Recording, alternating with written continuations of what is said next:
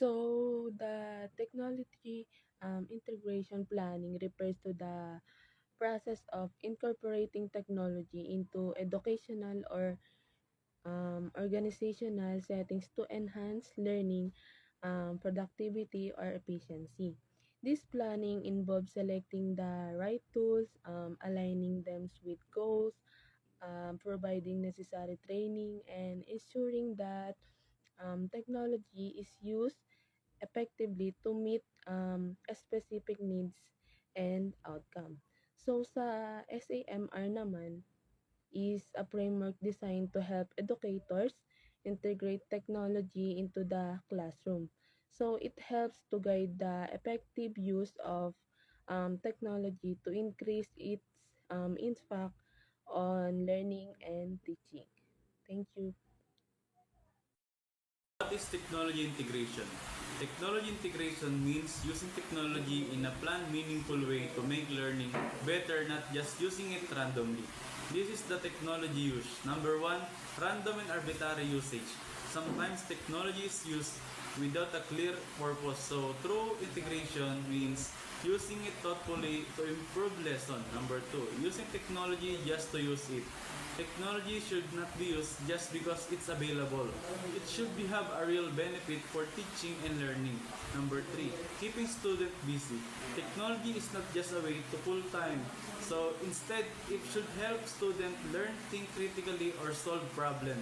Number four, lower order thinking. When technology is used only for simple tasks like answering basic questions, it's not integrated well. It should push students to think deeper and explore more. Number 5. Delivering information. If technology is only used to show or tell students something, it's one-sided, so it should encourage interaction and participation. Number 6. Use individually. Technology doesn't have to be a solo activity. Good integration promotes collaboration and teamwork. Last one is one-way communication. Instead of only receiving information, students should use technology to create and share and communicate their own ideas. Uh, Now let's move on to technology integration. Technology integration is also what we call the technology application. In the word application, we apply the technology to our education, on learning or in teaching. And the first technology integration is technology use is planned and purposeful. This says that your technology is well planned and you execute it with a purpose, like in your teaching. The second is technology use is to support curricular goals and learning objectives. This says to support curricular goals and also in learning objectives. To achieve your goals, you must use the technology. This is the integration of the second. The third is technology use is to engage students with content. This type of technology integration is like you play video in YouTube that the student may engage to their lesson on that day. So the student will engage to your lesson when you start at the example in the trending on that day. Next is technology is used to encourage higher order thinking skill. This say that higher order thinking skill, you may apply the technology integration to improve your higher order thinking skill. Next is technology is used to construct and build knowledge. So that's true. Technology construct and build knowledge.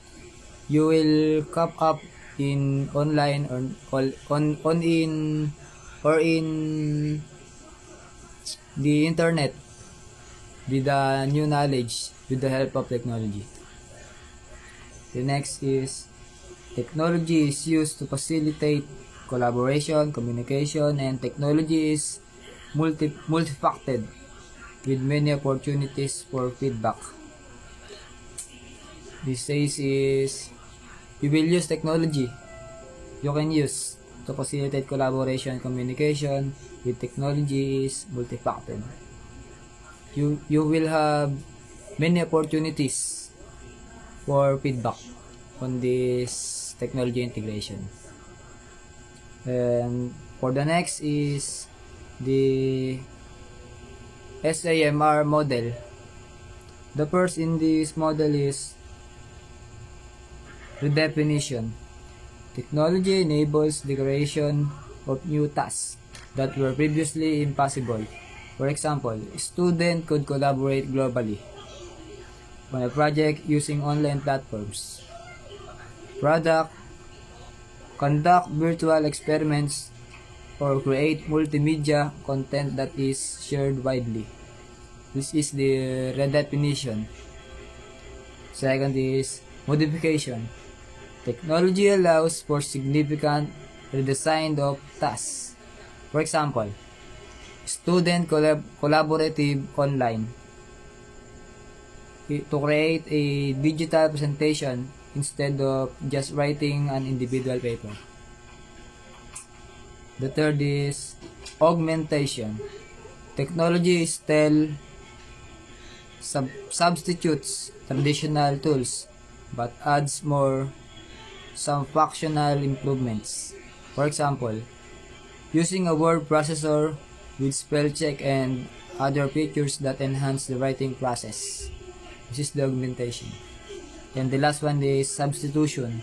Technology acts as a direct substitution for traditional tools with no functional change. For example, using a word processor instead of pen and paper to write an essay.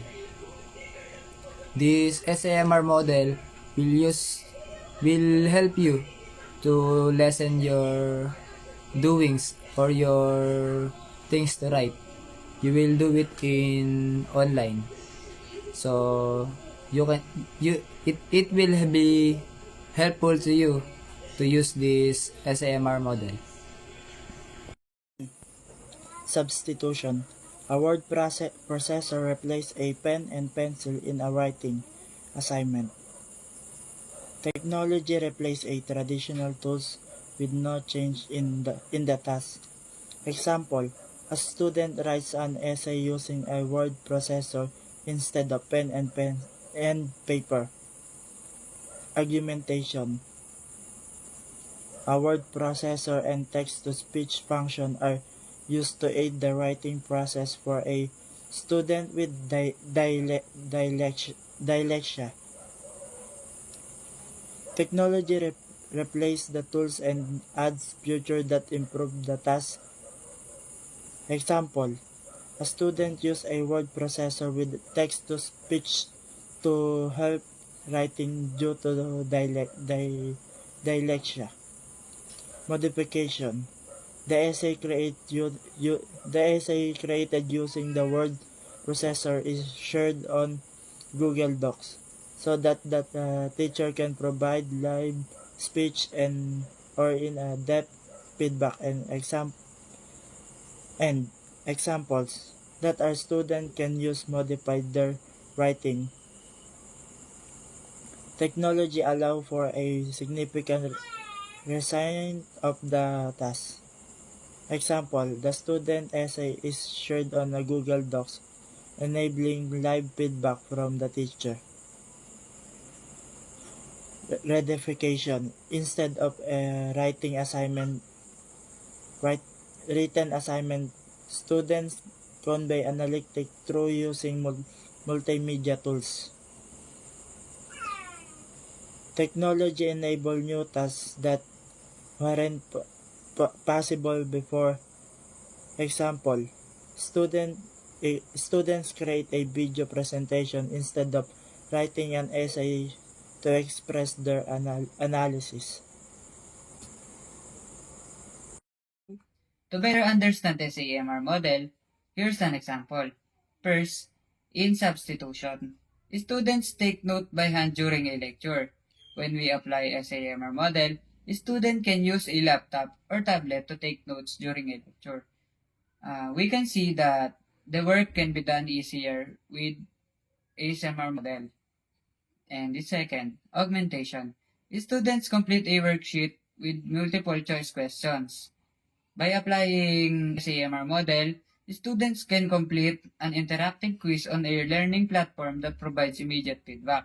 One of great example of this is using Google Form, which is the one that we are always using when our teachers gives us an online quizzes. Modification. Students read a textbook chapter and answer comprehensions questions. With ASMR model, students can watch a video explaining the chapter content and participate in an online discussion forum to answer questions. Example of this is the Google Classroom. Google Classroom that we are using especially in pandemic. 2, 3, go. Lastly, redefinition. A student write a research paper on a historical event. When we apply SAMR model, students can use a virtual museum, exhibit, showcasing a historical event using 3D models, videos, and interactive elements. Examples of these are Google Slides and PowerPoint presentations. Go. Google Classroom Guidelines. Google Classroom is a supplement to your class. It is not your method of delivery for course content or a substitute for an engaging lesson plan. It only says that you can use Google Classroom as a learning tool, but you should not use it as a main tool for delivering all your lessons. Next, class time needs to be used for things students can't do without you or can't do without each other. Most, if not all of students can stare at screen outside of class time. It says that you should not post a topic or lesson that student can't understand without you guiding them. Next, students should not be in front of computer screens for long, uninterrupted periods of time.